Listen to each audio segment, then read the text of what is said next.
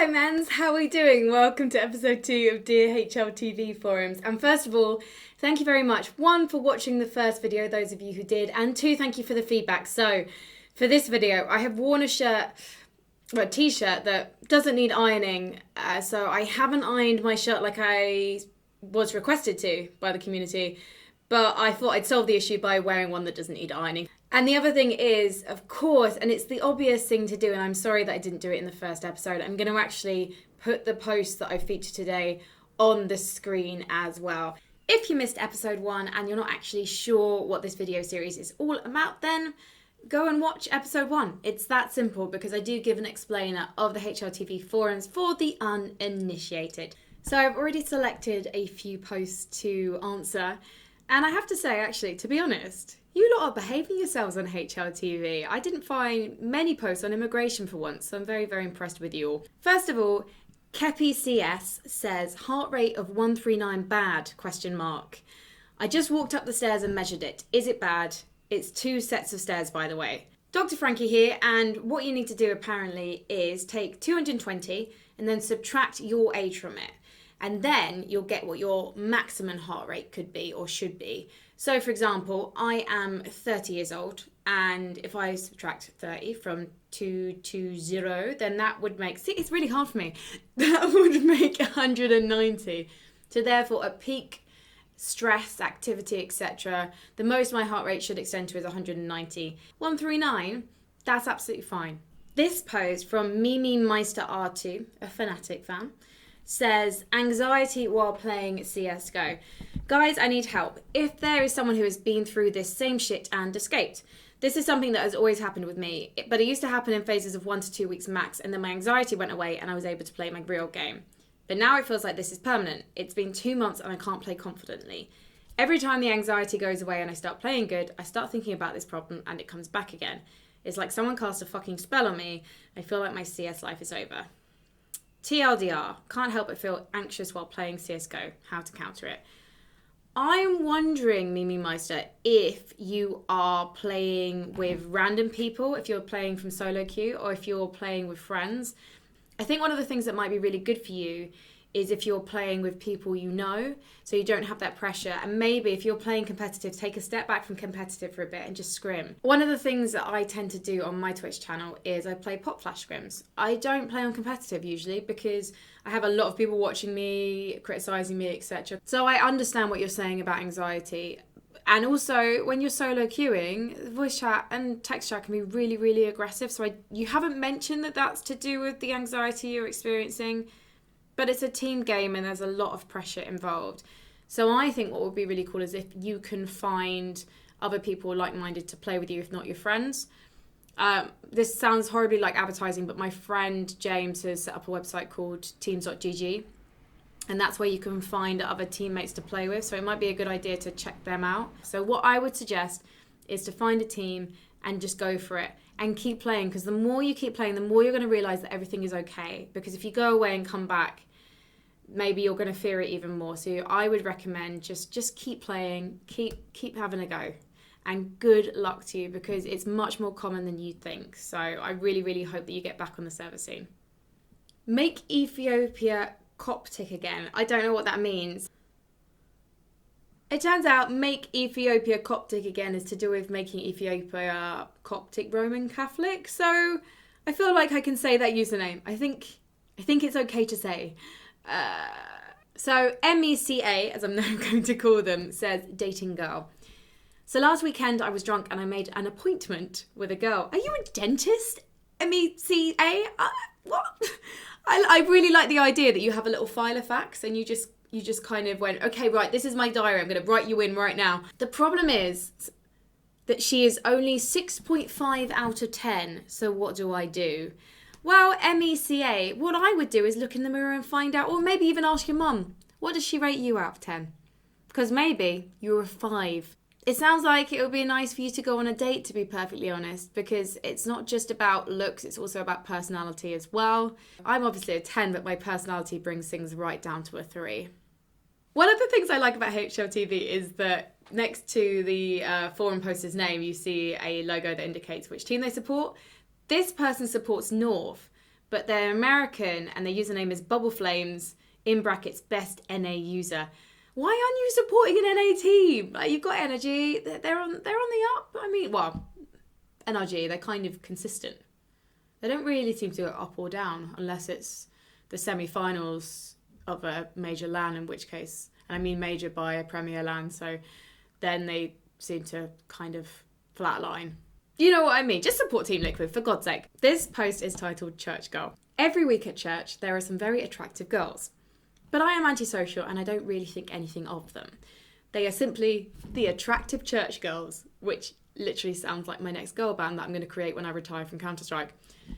I do not go to a school or go out for anything other than church, so I have no other place where I would meet girls as of now. This is the story. I am taking a walk with my sisters and mother, and on the other side of the street I see one of the attractive church girls.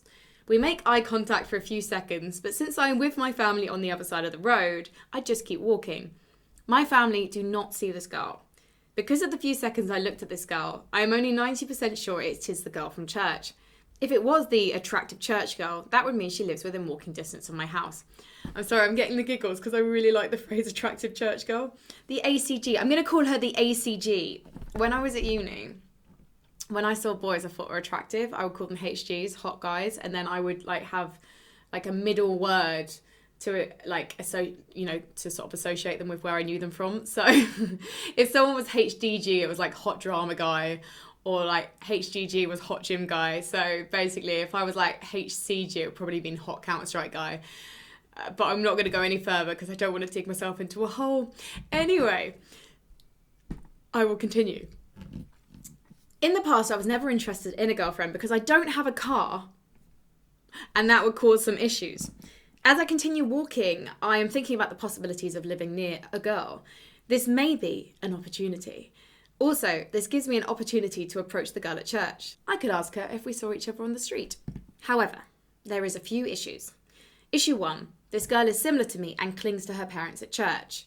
Issue 2, I have no idea how old this girl is. I'm 16. She could be anywhere from 14 to 25. Issue 3, I'm a bit of a pussy. Issue 4, maybe this girl I saw on the street isn't the church girl at all. Thoughts? I'm obviously overthinking this, but I see opportunity. Well, Bubble Flames, first of all, there's an attractive church girl, right? So whether you saw her on the street or not is irrelevant. So I don't know if you saw episode 1, but we're going to put that thing in a box and put it to one side. That's going to become tradition on this series now. We put something in a box every episode and we put it to one side. You've mentioned that there's a girl at church who's attractive. You've mentioned specifically this girl, so we're going to focus on her. We're going to focus on you. Don't worry about not having a car. 1, this girl might have a car, and if she's got a car, I'm sure she's happy to drive it. And 2, again, it really, really doesn't matter. And you're only 16. I would say approach the girl at church. It doesn't have to be that you want to date her, but the fact that you're in the same congregation and you're seeing each other on a weekly basis means that you have a connection and you obviously believe in God. You quite literally have a spiritual connection. So my suggestion is you use that to actually have a chat. So I don't know if you remember the first time you saw her at church, but maybe you could have a chat about how long she's been going to the church, if she lives nearby. I imagine she probably does, given that she's at the same church as you. I would just go and have a conversation with her. And when you say she clings to her parents at church, I think you just mean she attends church with her parents. And it sounds like you do that as well. I'm imagining that you go to church with your family too. So really, she's probably quite similar to you in that aspect. So I think that you could have a really nice friendship. And if you don't have a friendship, then at least you tried. And if you do get a friendship, then maybe that can lead to something else. But I would really concentrate on actually getting to know her as a person first. And as you say, she's one of the ACGs. She's an attractive church girl. So I have a feeling that you're going to be very respectful in your approach to her. And I wish you all the luck in the world. This is slightly political, this one. I love something political. It's from Alter, who is Finnish and a Zeus fan, as in not Zeus from MIBR, but Zeus as in from Na'Vi. Why do men and women US Open have the same prize pool?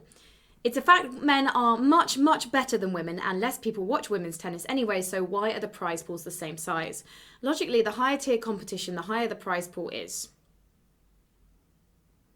How do you know that less people watch women's tennis, for a start? And secondly, just because you don't want to watch it doesn't mean that other people don't want to watch it. And also, because so much more coverage has been given to men's sports in the past and more prize money, it means that the women's scene in many sports have a bit of catching up to do, right? So they need to be funded equally so that we eventually get that gender parity. In terms of men being much, much better than women, come on. You know that's not true. And to be honest, sounds like you're kind of jealous of us. This is from Banana Blast 900. And the title is Stupid Woman. I've been texting this girl for 3 years now, always being her shoulder to cry on, always talking about her boyfriend troubles, and all here problems the whole time. She would always call me her best friend, and even sometimes sent me some heart emojis. Well, she broke up with her boyfriend a week ago, and when I asked her out, she said she wasn't really ready for a relationship. But I looked at her story, and she's literally out with some random bloke right now. It's actually stupid. Stupid whores don't realise that when they're all washed up, I'm not going to be waiting for them. Fuck that. Okay, so first of all, when you're saying story, I'm guessing you're meaning Instagram stories or maybe Snapchat. She's out with a random bloke. You don't know the context of that because, to be honest, if she's dating someone right now, given that she's only just left her relationship, she's probably not going to post about it. So it might be a male friend. She clearly has male friends because she's been friends with you for the last 3 years. Now, it also seems like the fact that she's been talking about boyfriend troubles, etc. with you means that she's been very honest about the fact that she is in a relationship with someone else. And so the context of your relationship has always been friendly. So if you asked her out, it was probably a bit of a surprise to her as well. I have quite a lot of male friends, I will say, because I work in esports and I used to skate, aggressive inline skating, rollerblading when I was younger. Even though I went to a school with girls until sixth form, I always had lots and lots of male friends. So I would say that I send heart emojis in my messages, and they definitely don't mean that I fancy someone. Although I do remember the time when you could only have 10 text messages on your phone, believe it or not. And there was this boy I really liked. And one day he sent me 2 kisses instead of 1, 2 X's at the end of his message. And oh my God, I kept that message until I started going out with him. I think it's a shame that you think she's a whore because she was your friend and she won't go out with you. So I think maybe try and think of things differently. And if she's worth keeping a friendship with, then keep a friendship with her. But if it hurts you too much, what I would say is just take a step back. You've made your feelings clear and she's made her feelings clear. She said she's not ready for a relationship, right? So I think maybe take a step back. You obviously deserve someone. We all do. It just seems like this isn't the right person for you. So put her in a box, push her to the side, and focus on you. Have a face mask. I love a face mask. This post is from Lana Rhodes, who is French and supports Vitality. V for victory. And they say, what should I watch? What should I watch between Mindhunter, Black Mirror, Lucifer, Stranger Things, and Peaky Blinders? I would actually go Peaky Blinders above anything else and just watch a few episodes and see what you think. Some of the accents are a bit dodgy, but it's bloody good fun. So of all of those, I would say go for Peaky Blinders. It feels like there's quite a lot of posts relating to religion at the moment on HLTV. And so I'm going to cover another one right now. Christianity in Europe comes from HLTV Silent Reader, who is a Na'vi fan and all the way in Australia. This is called Christianity in Europe. My friends live in UK and he said there are 6 churches in his area that closed down due to lack of attendance. Are they secular country now or still Christian country? Why is this thing happen? So I'm going to do a quick history lesson. The reason we have a Church of England in the UK where the Queen is the head of that church, it's really a Protestant church. The reason we have that goes back to Henry VIII in the Tudor time. So we're talking about late 16th century here, 1500s. Now, Henry had been married 4 years to his first wife, Catherine, and he decided that he fancied Anne Boleyn. I mean, he had mistresses in the court, but he fancied this lady in the court, Anne Boleyn, even though he'd already had an affair with his sister. She wanted him to marry her. So she was basically playing quite a political game in the sense that she was like, I am not going to have an affair with you. Henry has to write to the Pope and get permission to divorce his first wife. But the Pope doesn't believe in divorce and cannot see any legitimate grounds for divorce, so says no.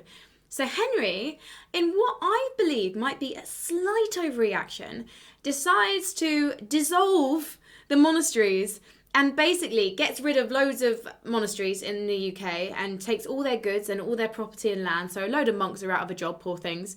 And then he basically changes the country from being a Catholic country to a Protestant country. Basically, what Henry does is he makes himself head of this church. I think actually we refer to it as the Anglican Church rather than the Protestant Church here. But essentially, he is head of the Church of England, and now the Queen is. And we still have a legacy of that. We have some beautiful churches in the UK, and we have also got Church of England schools, just as we have a few Catholic schools as well. But really, I would say that the country is quite secular in the sense that you are free to choose what you want to do in terms of whether you believe something, whether you are Jewish, Muslim, Christian. We've got churches that date back centuries and centuries and centuries, and they've had bits added to them or they've been rebuilt in their time, and then we have a load of ruined abbeys as well. So we have this legacy of these religious buildings.